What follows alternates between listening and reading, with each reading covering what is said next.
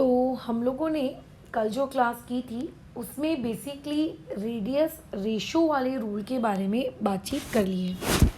तो ऑलमोस्ट हम लोग अब सॉलिड स्टेट की एंडिंग में हैं। आज की क्लास में हमें ऑक्टाहाइड्रल वॉइड्स और टेट्राहाइड्रल वॉइड्स की एक एफसीसी के अंदर लोकेशन कहाँ होती है, कितने डिस्टेंस पर होती है, इसके बारे में हमें बातचीत करनी है। मतलब आज की हमारी क्लास का जो एम है, जो टारगेट है, वो बेसिकली क्या है कि अगर आपके पास एक यूनिट सेल है, ठीक है, अगर आपके पास एक यूनिट सेल है, अब देखो यूनिट सेल तो तुम जानते हो बहुत सारे टाइप के होते हैं। हम लोग स्पेसिफिकली उसमें क्यूबिक यूनिट सेल को पढ़ते हैं। बट अगर मान के चलिए आपके पास एक क्यूबिक यूनिट सेल है और उसमें भी आपके पास स्पेसिफिकली एक एफसीसी है, तो उस एफसीसी या फिर उस सीसीपी के अंदर में ऑक्टाहाइड्रल वॉइड कहाँ पे लाई करेगा, कितने डिस्टेंस पे लाई करेगा, कितने होंगे, है ना, ये सारी बातचीत करनी है।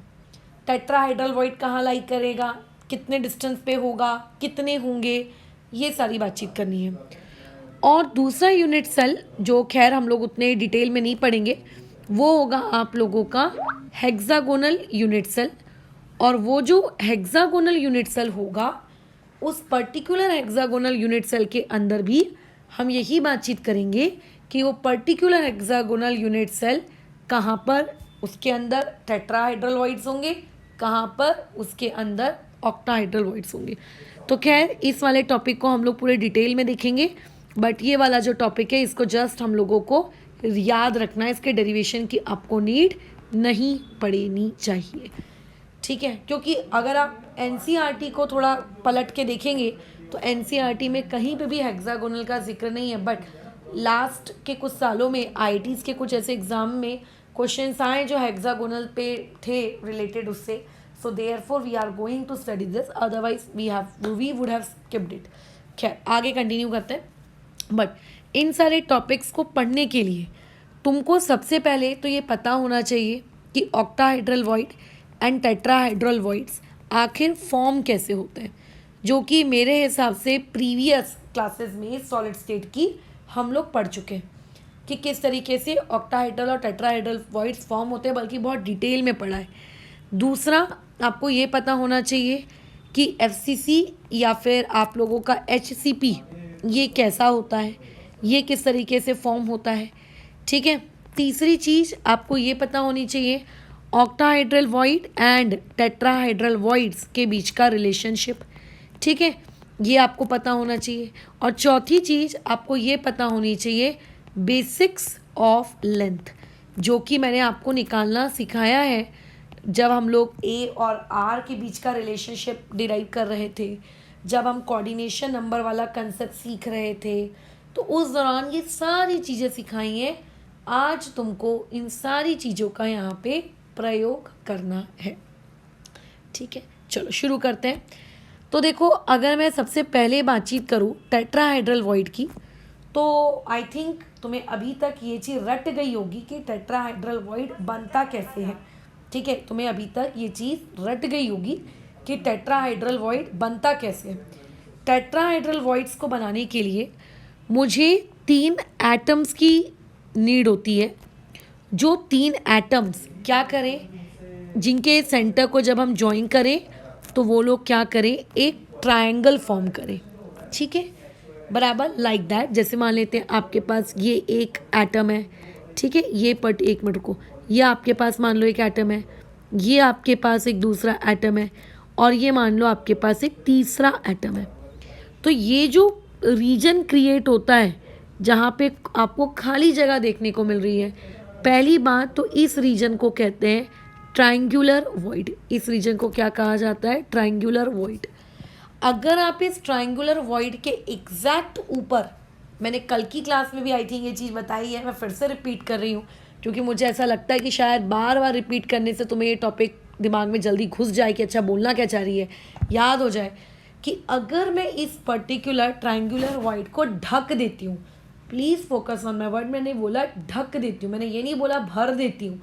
अगर मैं इसको एक दूसरे एटम से क्या कर देती हूँ, ढक देती हूँ, एक ऐसा एटम जो एग्जैक्टली इस वॉइड को कवर कर लेगा, तो ऐसे केस में ये चीज़ पता है कैसी दिखेगी?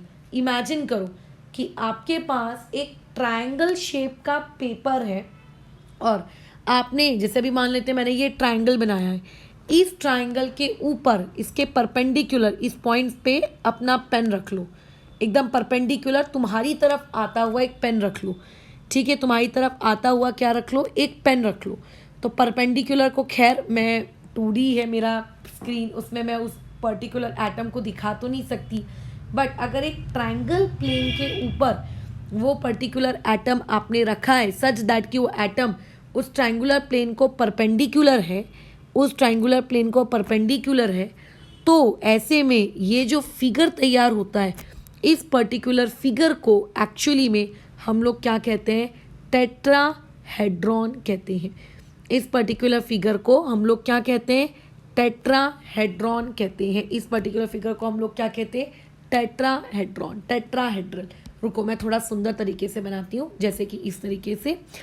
मान के चलिए आपके पास 3 एटम्स हैं जो ट्रायंगल फॉर्म कर रहे हैं, है ना? आपके पास 3 एटम्स हैं जो ट्रायंगल फॉर्म कर रहे हैं। तो ये 2 एटम्स को हमने रिप्रेजेंट कर दिया, ये 2 एटम्स को रिप्रेजेंट कर दिया। जो तीसरे एटम की रिप्रेजेंटेशन होती है उसको ऐसे करते हैं, मतलब पीछे रखा हुआ है वो, है ना? पीछे रखा हुआ है और उसका से उतना पार्ट दिख रहा है। और जो आपका नेक्स्ट एटम होता है, उस नेक्स्ट एटम को जो कि उस पर्टिकुलर ट्रायंगुलर गड्ढे को कवर करेगा, उसको इस तरीके से ऊपर रख देते हैं। ठीक है, क्योंकि वो ट्रायंगुलर प्लेन के परपेंडिकुलर रहेगा ना, इसीलिए। अगर मैं इस पर्टिकुलर सेंटर को और इस पर्टिकुलर सेंटर को ज्वाइन कर दूं कुछ इस तरीके का, अब देखो उतना अच्छे से तो ज्वाइन हुआ नहीं, बट चलो खैर कर दिया। इस सेंटर और इस सेंटर को ज्वाइन कर दूं, मतलब इनडायरेक्टली सारे एटम्स के सेंटर को ज्वाइन कर देते हैं। और ये जो आपको पर्टिकुलर शेप देखने को मिल रही है, इस पर्टिकुलर शेप को हम लोग क्या कहते हैं? टेट्राहेड्रल कहते हैं। और जो ये रीजन क्रिएट हो रहा है, ये जो रीजन क्रिएट होगा, इस पर्टिकुलर रीजन को हम लोग कहते हैं आपका टेट्राहेड्रल वॉइड। इस पर्टिकुलर रीजन को हम लोग क्या कहते हैं? Tetrahedral void. ये हम लोग पहले ही इस बारे में डिस्कशन कर चुके हैं। अब हमारा डिस्कशन ये है कि अगर मान के चलते हैं आपके पास एक यूनिट सेल है, तो खैर एक यूनिट सेल बनाना पड़ेगा। ऐसे तो यूनिट सेल हवा में आने नहीं वाला है, तो एक यूनिट सेल ड्रॉ करना पड़ेगा। चलो ये मान के चलो एक यूनिट सेल मैं बना रही हूँ, पहले मुझे बना लेने दो।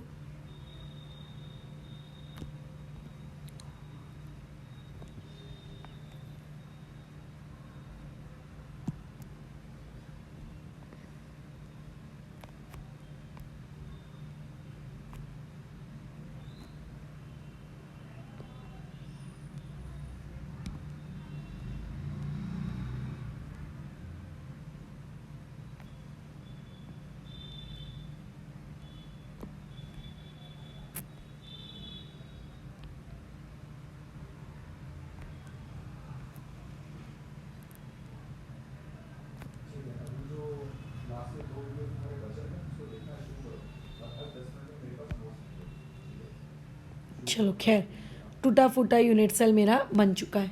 ठीक है, उतना ब्यूटीफुल तो नहीं बना है, बट ठीक है, काम चलाओ। ठीक है ना?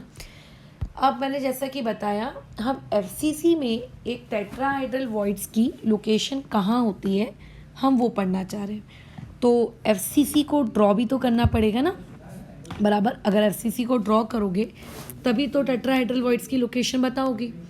तो एफसीसी में क्या होता है, आपके पास एटम्स हर कॉर्नर में मौजूद होते हैं। तो ये मेरे पास टोटल कितने कॉर्नर्स हैं? 8 कॉर्नर्स हैं। 8 कॉर्नर्स में मैंने क्या बना के रखे? एटम्स को मैंने ड्रॉ करके रखा है। ठीक है, अच्छा। उसके अलावा एफसीसी में एटम और कहाँ होते हैं? एफसीसी में जो एटम्स होते हैं वो फेजेस के सेंटर पर होते हैं। तो अगर फेजेस की सेंटर की बात करें तो एक फेज़ ये है, तो एक एटम यहाँ होगा। एक फेज़ ये है तो एक एटम यहाँ कहीं होगा।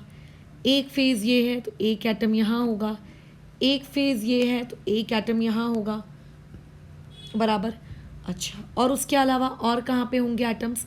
उसके अलावा अपोजिट फेजेस, यहाँ भी कहीं एटम्स होंगे। ये मैंने ड्रॉ कर लिया। ठीक है, ये मेरी ड्राइंग हो गई कंप्लीट।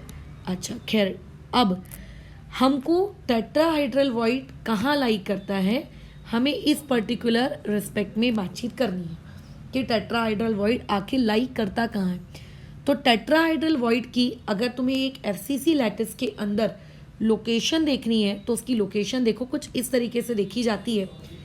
आप 3 आइटम्स चूज करिए फेस सेंटर्स वाले जो एक ट्रायंगल क्रिएट कर रहे हो, ठीक है, जो क्या क्रिएट कर रहे हो, एक ट्रायंगल क्रिएट कर रहे हो। तो एक आइटम देखो ये हो गया, ठीक है, और दूसरा आइटम ये वाला हो गया, है ना, ये देखो। अच्छा, तीसरा आइटम में कौन सा फेस सेंटर का लुक एक ट्रायंगल क्रिएट हो जाए, मैडम तीसरा आइटम होगा ये इस तरीके से दिख रहा है। 3 आइटम्स, क्योंकि 3 आइटम्स तो चाहिए ही होते हैं ना एक ट्रायंगल क्रिएट करने के लिए। अच्छा, तीनों आपने एफसीसी वाले क्यों लिए, वो इसीलिए क्योंकि ट्रायंगल एक प्लेनर स्ट्रक्चर है ना, राइट। अच्छा, अब जो आप चौथा आइटम लोगे वो इन तीनों के परपेंडिकुलर होना चाहिए, यही तो होती है टेट्राहाइड्रल वॉइड की कंडीशन। तो परपेंडिकुलर, इन तीनों के परपेंडिकुलर एटम, इसको मत सोच लेना क्योंकि वो उनके अंदर है, ठीक है, वो उनके परपेंडिकुलर नहीं है।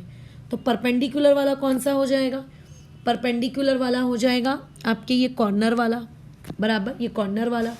तो अगर आप इसको ज्वाइन कर दो, अब इस पूरी कहानी को अगर आप क्या कर दो, ज्वाइन कर दो, इस पूरी कहानी को अगर आप ज्वाइन कर दें तो आपको ये जो पर्टिकुलर फिगर मिल रहा है, इस पर्टिकुलर फिगर को क्या कहा जाता है, टेट्राहेड्रल कहा जाता है। और इस पर्टिकुलर टेट्राहेड्रल का जो सेंटर होता है, ठीक है, जैसे इस पर्टिकुलर टेट्राहेड्रल का जो सेंटर होता है, अब इसका सेंटर कहीं ना कहीं तो होगा ना, इस पर्टिकुलर टेट्राहेड्रल का मान के चलिए सेंटर यहाँ पर है, ये क्या है, ये उस पर्टिकुलर टेट्राहेड्रल का सेंटर है, सेंटर ऑफ टेट्राहेड्रल, ठीक है, उस टेट्राहेड्रल शेप का ये सेंटर है। तो जो टेट्राहेड्रल वॉइड होता है इसी को कहते हैं, यही होता है टेट्राहेड्रल वॉइड। मतलब टेट्राहेड्रल जो शेप बनती है उसका जो सेंटर होता है वही सेंटर पे क्या बनता है, आपका टेट्राहेड्रल वॉइड बनता है। क्या कोई दूसरा टेट्राहेड्रल आप वॉइड बना पा रहे हो, तो कई लोगों की आंखें पट पट पट चल रही होंगी कि हाँ मैडम एक दूसरा भी टेट्राहेड्रल वॉइड बन सकता है, कैसे, देखो, एक फेज एटम ये वाला, एक फेज एटम ये वाला, इन सब को हमने उठा के ज्वाइन कर दिया, क्या ये ट्रायंगल बना, बिल्कुल बना। इसके परपेंडिकुलर एटम आप किसको ले सकते हो, इसके परपेंडिकुलर एटम आप इसको ले सकते हो। और जब आप इसको और इसको ज्वाइन कर दोगे, आपको नहीं लगता ये अगेन एक और टेट्राहेड्रल बन गया।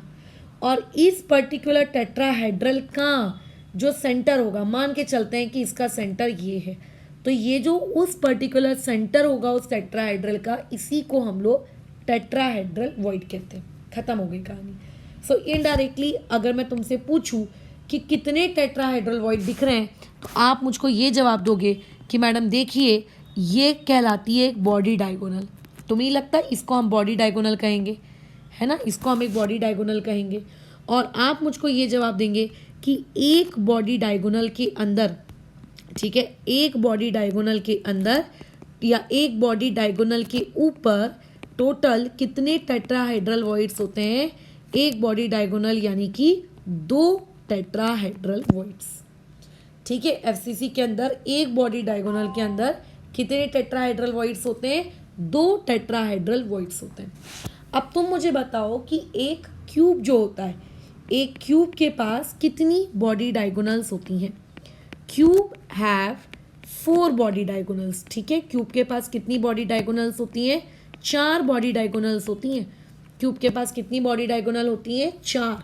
तो ऐसे केस में टोटल टेट्राहेड्रल वॉइड्स एक एफसीसी के अंदर कितने हो जाएंगे, वो हो जाएंगे आपके पास 2, एक बॉडी डायगोनल में 2, तो 4 बॉडी डायगोनल में कितने, 8। यानी कि सबसे पहले तो आपको लोकेशन पता होनी चाहिए कि लोकेशन क्या होती है टेट्राहेड्रल वॉइड की। तो बेसिकली टेट्राहेड्रल वॉइड की लोकेशन होती है आपकी ऑन द बॉडी डायगोनल, एक बॉडी डायगोनल पे 2। बट बॉडी डायगोनल में कहाँ, फॉर एग्जांपल मैं कह देती हूँ कि मेरा घर एक XYZ सोसाइटी में है, तो तुम्हारा क्वेश्चन पहला ये नहीं आएगा कि अच्छा उस XYZ सोसाइटी में आपका घर एग्जैक्टली कहाँ है, मतलब प्लॉट नंबर बताइए, तभी तो हम एग्जैक्टली आपके घर तक पहुँच पाएंगे, है ना, यही क्वेश्चन होगा तुम्हारा। तो ऐसे ही अभी मैंने ये तो बता दिया कि जो लोकेशन है एक आपके टेट्राहाइड्रल वॉइड की, वो किसी भी क्यूब के बॉडी डायगोनल के ऊपर होती है। बट बॉडी डायगोनल में कहाँ, बॉडी डायगोनल में कहाँ, तो इसको पढ़ने के लिए हमें थोड़ी सी मैथमेटिक्स का आना आवश्यक है। अगर आपको थोड़ी सी मैथमेटिक्स आती है तो उस मैथमेटिक्स के वाया आप बहुत ही आसानी से बता सकते हो कि अच्छा इसकी लोकेशन यहाँ होगी, इसकी लोकेशन वहाँ होगी।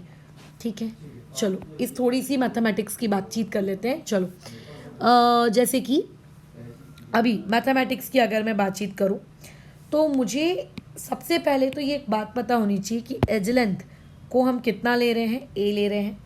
बॉडी डायगोनल √3a होती है, और उसके अलावा आप लोगों का क्या नाम है, फेस डायगोनल, वो कितनी होती है, √2 टाइम्स ऑफ a होती है। बस इतना पता आपको होना चाहिए, ठीक है, और कुछ भी नहीं। डन। अच्छा, मुझे इस पर्टिकुलर एटम का, ये जो मैंने मार्किंग की थी ना, येलो मार्किंग, ये येलो मार्किंग कौन है, ये एक टेट्राहाइड्रल वॉइड है। इस टेट्राहाइड्रल वॉइड का इस कॉर्नर के साथ कितना डिस्टेंस है, मुझे बेसिकली ये कैलकुलेट करना है। मुझे मेरा एम क्या है, मेरा एम क्या है, मुझे क्या कैलकुलेट करना है, मुझे ये कैलकुलेट करना है कि इस टेट्राहाइड्रल वॉइड का यहाँ से लेकर इस कॉर्नर एटम तक ये पर्टिकुलर डिस्टेंस कितना है, ये मुझे कैलकुलेट करना है। ये मेरा एम है कि टेट्राहाइड्रल वॉइड और वो कॉर्नर का अनायन एक दूसरे से कितने डिस्टेंस की दूरी पर है। तो फिलहाल तो मैं तुमको पहले बता देती हूँ कि ये जो डिस्टेंस होता है ना, बराबर इस डिस्टेंस को हम लोग कहते हैं √3a/4। ये पर्टिकुलर डिस्टेंस कितना होता है, ये डिस्टेंस होता है √3a/4। ठीक है, ये बहुत इंपॉर्टेंट पॉइंट है जो तुमको पता होना चाहिए। दूसरी चीज़, अब एक बात बताओ, मैंने जो डायग्राम बनाया है उस डायग्राम में आपको वो कॉर्नर एटम और आपका टेट्राहाइड्रल वॉइड दूर दूर दिख रहा है ना, बट रियलिटी में जैसा हमने कल रेडियस रेशियो रूल पढ़े थे, उस रेडियस रेशियो रूल की जो हमने कल क्लास में पढ़ाई की थी, हम ये अच्छे से जानते हैं कि दो अनायन कभी भी साथ नहीं रहना चाहते, है ना, क्योंकि वो सेम चार्जेस के हैं, रिपल्शन क्रिएट होगा वगैरह वगैरह, इसीलिए उन लोगों को साथ रहना पसंद ही नहीं है, उन लोगों को साथ रहना पसंद ही नहीं है, बताओ। लेकिन एक कैटायन हमेशा एक अनायन के साथ, ठीक है, एक आपका कैटायन हमेशा एक अनायन के साथ कांटेक्ट में रहना चाहता है, क्योंकि अपोजिट चार्जेस हैं, उन दोनों के बीच में बोलो क्या होगी, एक अट्रैक्शन होगी। वो हमेशा क्या रहना चाहता है, साथ में रहना चाहता है, क्योंकि वहाँ पे क्या होने वाली है, अट्रैक्शन होने वाली है। सही कह रहे हैं, वहाँ पे क्या होने वाली है, क्योंकि एक अट्रैक्शन होने वाली है, इसीलिए वो साथ में रहना चाहता है। तो ऐसे में आपको भले ही अभी वो कॉर्नर एटम और टेट्राहाइड्रल वॉइड एक दूसरे से दूर दूर दिख रहे हैं, बट उस कॉर्नर एटम में रहने वाला अनायन और उस वॉइड में रहने वाला कैटायन एक दूसरे को क्या कर रहे होंगे, टच।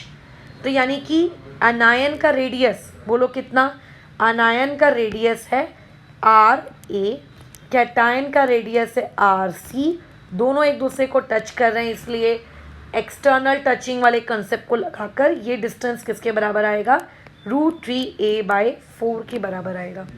ठीक है, ये डिस्टेंस किसके बराबर आएगा, √3a/4। तो एक टेट्राहाइड्रल वॉइड के लिए ये पर्टिकुलर कंसेप्ट क्या होता है, बहुत ही ज़्यादा आवश्यक होता है। ठीक है, ये कंसेप्ट एक टेट्राहाइड्रल वॉइड के लिए बहुत ही ज़्यादा क्या होता है, इम्पॉर्टेंट होता है।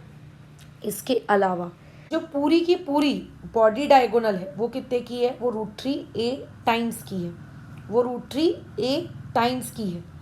अच्छा, दूसरी चीज़, ये जो टेट्राहाइड्रल वॉइड्स होते हैं ये एक दूसरे को टच नहीं करते, ठीक है, वो एक दूसरे को टच नहीं करते।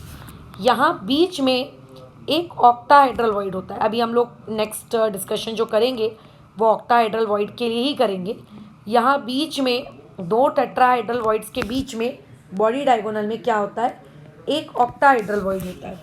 क्या होता है, एक ऑक्टाहाइड्रल वॉइड होता है, यानी कि एक बॉडी डायगोनल जो है आपकी, एक बॉडी डायगोनल जो √3a डिस्टेंस की है, उसमें एक टेट्राहाइड्रल वॉइड होता है, फिर एक ऑक्टाहाइड्रल वॉइड होता है, और फिर एक क्या होता है, अगेन टेट्राहाइड्रल वॉइड होता है। बॉडी डायगोनल की जो लेंथ है वो तो पूरी दुनिया जानती है कि वो √3 a टाइम्स का है ना, पूरी दुनिया जानती है कि वो कितना है, √3 a टाइम्स का होता है।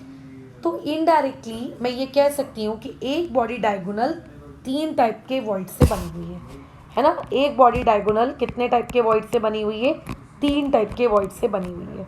ये पहला कंसेप्ट। और अगर वो तुम्हें जो मैंने बताया कि ऑक्टाहाइड्रल वॉइड बीच में होता है, ठीक है। अच्छा, अब ऑक्टाहाइड्रल वॉइड के बारे में हम पढ़ेंगे आगे इसी क्लास में। ऑक्टाहाइड्रल वॉइड जो होता है एकदम सेंटर ऑफ क्यूब, या फिर मैं ये कहूँ मिडल, बॉडी डायगोनल के मिडल पे लाई करता है।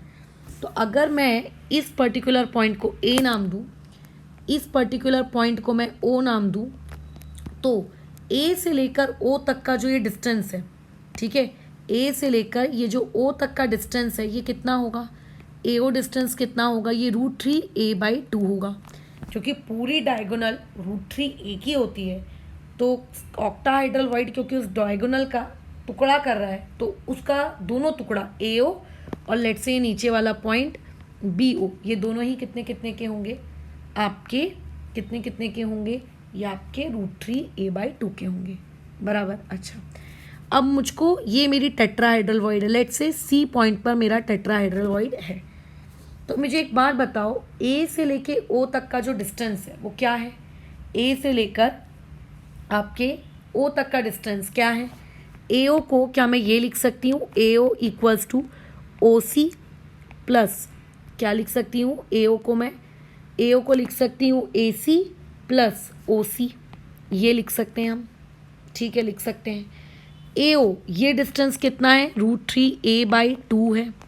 अच्छा, ओ सी के बारे में आपको कुछ पता है क्या, ओ सी, तो ओ सी यानी कि आपको ये डिस्टेंस और ये डिस्टेंस कैलकुलेट करना है, distance between 2 tetrahedral voids, sorry distance between tetra and octahedral void. तो उसके लिए ए सी पता होना चाहिए, मैं पहले ही बता चुकी हूँ कि ए सी आपका कितना है, √3 a/4। तो इससे बोलो ओ सी कितना आ जाएगा, इससे ओ सी आ जाएगा आप लोगों का √3 a/4। यानी कि अगर कोई तुमसे ये पूछे कि distance between octahedral void and tetrahedral void, तो वो कितना होता है, √3 a/4। कोई ये पूछे डिस्टेंस बिटवीन आप लोगों का tetrahedral void and corner atom, वो भी कितना होता है, √3 a/4। सो इससे हम ये कंक्लूजन डिराइव कर सकते हैं, वो कंक्लूजन क्या डिराइव कर सकते हैं कि जो भी आपके टेट्राहाइड्रल वॉइड्स होते हैं, वो tetrahedral voids basically corner atom से बॉडी डायगोनल पर 1/4 के डिस्टेंस पर लोकेटेड होते हैं, ठीक है। कितने डिस्टेंस पे लोकेटेड होते हैं, 1/4 के डिस्टेंस पर वो लोग क्या होते हैं, लोकेटेड होते हैं कॉर्नर से। ये कहानी थी किसकी, आपके टेट्राहाइड्रल वॉइड्स की। डन, ये कहानी थी किसकी, टेट्राहाइड्रल वॉइड्स की, ठीक है। इज़ इट क्लियर कि ये कहानी क्या थी। अच्छा, अब उसके बाद आगे बढ़ते हैं हम लोग।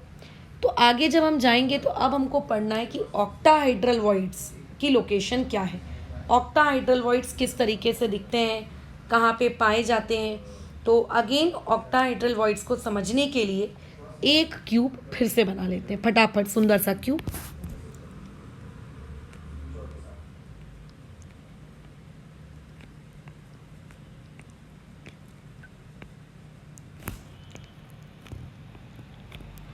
चलो ये बना लिया एक क्यूब।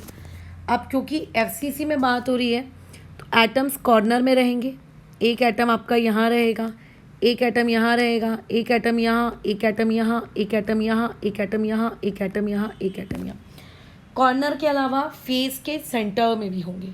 अब मैं सारे फेस सेंटर एटम नहीं बना रही हूँ, अदरवाइज वो काफ़ी खिचड़ी क्रिएट कर देगा, ठीक है। सारे फेस सेंटर्स एटम को हम ड्रॉ नहीं कर रहे, हमें सिर्फ 4 फेस सेंटर एटम्स चाहिए, हमें सिर्फ क्या चाहिए, 4 फेस सेंटर एटम्स चाहिए, ठीक है। या फिर हमें सिर्फ 4 एटम्स चाहिए जो ऑक्टाहाइड्रल वॉइड्स को फॉर्म करने में हमारी मदद करे।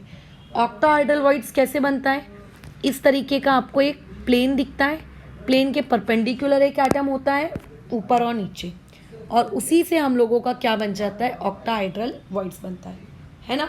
या फिर मैं ऐसा भी कह सकती हूँ कि आपके पास ट्रायंगल होना चाहिए और नीचे एक और ट्रायंगल होना चाहिए, लेकिन उसका एपेक्स कैसा होना चाहिए, अपोजिट होना चाहिए, बराबर। देखो तो ये ऑक्टाहाइड्रल वॉइड बनता कैसे है। ट्रायंगल्स को चूज करने की बारी आई तो एक एफसीसी एटम इस फेस का लिया, ठीक है, एक एफसीसी एटम इस फेस का लिया, एक एफसीसी एटम इस फेस का लिया, ठीक है। अच्छा, इनको ज्वाइन कर दो, ये इस तरीके से। अब मुझे एक और ट्रायंगल लेना है। अब तुम सोचो, अगर एक ट्रायंगल ऐसा दिख रहा है तो दूसरा ट्रायंगल यहाँ कहीं ऊपर होगा। अब वो दूसरा ट्रायंगल हम बनाए कैसे, उसके लिए भी हमको एटम्स चाहिए होंगे, फेस सेंटर वाले दो। तो दो फेस सेंटर एटम कहाँ से लाएं, ऊपर की तरफ। तो देखो कोई भी क्रिस्टल में बहुत सारे यूनिट सेल होते हैं, यानी कि इसके ऊपर भी एक यूनिट सेल होगा। उस यूनिट सेल के पास क्या मौजूद होगा, उसके पास भी एक उसका फेस सेंटर्ड एटम होगा। इस यूनिट सेल के बाजू में भी एक पर्टिकुलर यूनिट सेल होगा, उसके पास भी अपना खुद का एक फेस सेंटर एटम होगा। तो अगर आप इनको ज्वाइन कर दें तो देखो ये ट्रायंगल बन रहा है, क्या ये दोनों ट्रायंगल एक दूसरे के अपोजिट एपेक्स वाले आपको दिख रहे हैं, बिल्कुल दिख रहे हैं। बस आप इस पर्टिकुलर ट्रायंगल को ज्वाइन कर दीजिए तो ये एक, यहाँ पे ये दो, यहाँ पर ये तीन और यहाँ पर ये चार, ठीक है। अच्छा, उसके बाद ये ऊपर से ऐसी ज्वाइनिंग और नीचे से ये ऐसी ज्वाइनिंग। देखो दिख रहा है एक ऑक्टाहेड्रल, ये एक ऑक्टाहेड्रल दिखेगा। इस पर्टिकुलर ऑक्टाहेड्रल का जो सेंटर होगा, ठीक है, सेंटर ऑफ दिस ऑक्टाहेड्रॉन, ठीक है, इस पर्टिकुलर ऑक्टाहेड्रॉन का जो भी सेंटर होगा, ठीक है, वही सेंटर बेसिकली ऑक्टाहेड्रल वॉइड होगा। अब इस ऑक्टाहेड्रॉन का सेंटर होता कहाँ है भाई, इस ऑक्टाहेड्रॉन का सेंटर होता है उस एज में, जिस एज के आपने दो एटम्स लिए हैं ना ऑक्टाहेड्रॉन बनाने के लिए। देखो ऑक्टाहेड्रॉन बनाने के लिए 4 फेस सेंटर्ड एटम्स लेते हैं और 2 कॉर्नर एटम्स लेते हैं।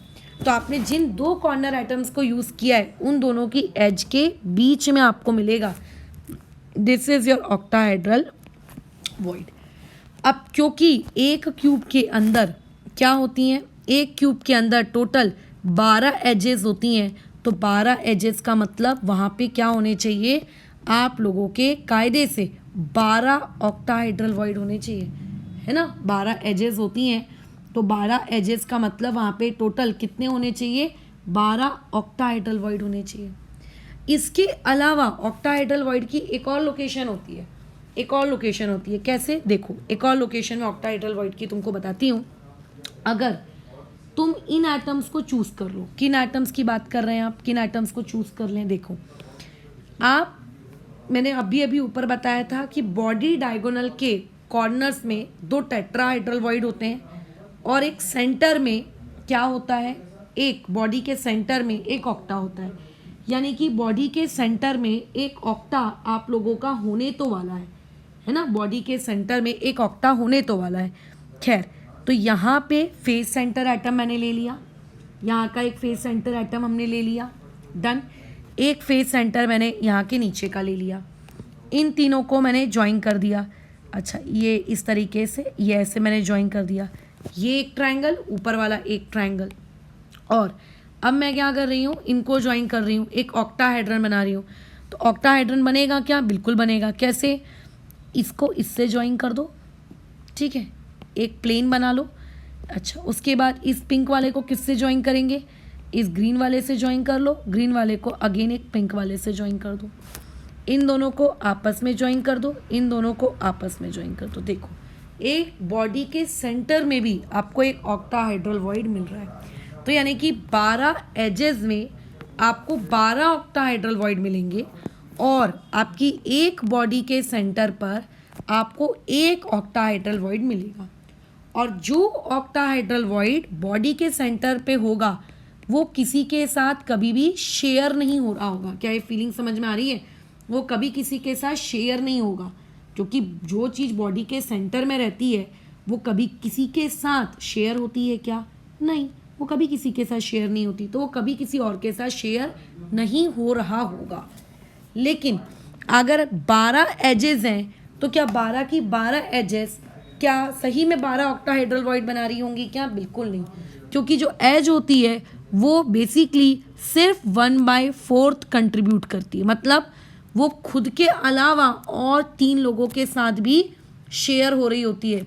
जैसे हम बोलते हैं ना फेस सेंटर पे रहने वाली चीज़ का कंट्रीब्यूशन 1/2 होता है, वैसे ही एच के सेंटर पे रहने वाली चीज़ का कंट्रीब्यूशन कितना होता है? 1/4 होता है। तो आपको ऐसी फीलिंग आ सकती है ना, आपको ऐसी इंट्यूशन हो सकती है कि वहाँ पे 12 ऑक्टाहेड्रल वॉइड्स हैं, बट रियलिटी में वहाँ पर सिर्फ और सिर्फ कितने ऑक्टाहेड्रल वॉइड्स हैं? एजेस की वजह से सिर्फ 3 ऑक्टाहेड्रल वॉइड्स हैं, क्योंकि वो 1/4 ही कंट्रीब्यूट कर रहे हैं। सो अगर कोई तुमसे पूछेगा टोटल ऑक्टाहेड्रल वॉइड्स कितने, तो 3 + 1 यानी कि 4। तो किसी भी एक यूनिट सेल के अंदर रियलिटी में कितने ऑक्टाहेड्रल वॉइड्स होते हैं? 4। तो ऑक्टाहेड्रल वॉइड्स का Z कितना होता है? 4। जैसे हम बोलते हैं ना कि कॉर्नर में 8 एटम होते हैं, बट क्या रियलिटी में 8 होते हैं क्या? उन 8 का सिर्फ 1/8 1/8 1/8 1/8 ही अंदर होता है, तो इनडायरेक्टली वो एक ही एटम कहलाता है। तो वैसे ही कहने को हर एज के पास एक ऑक्टाहेड्रल वॉइड है, बट वो ऑक्टाहेड्रल वॉइड्स का कंट्रीब्यूशन 1/4 है, इस वजह से सिर्फ 3 ही ऑक्टाहेड्रल वॉइड्स बन पाते हैं।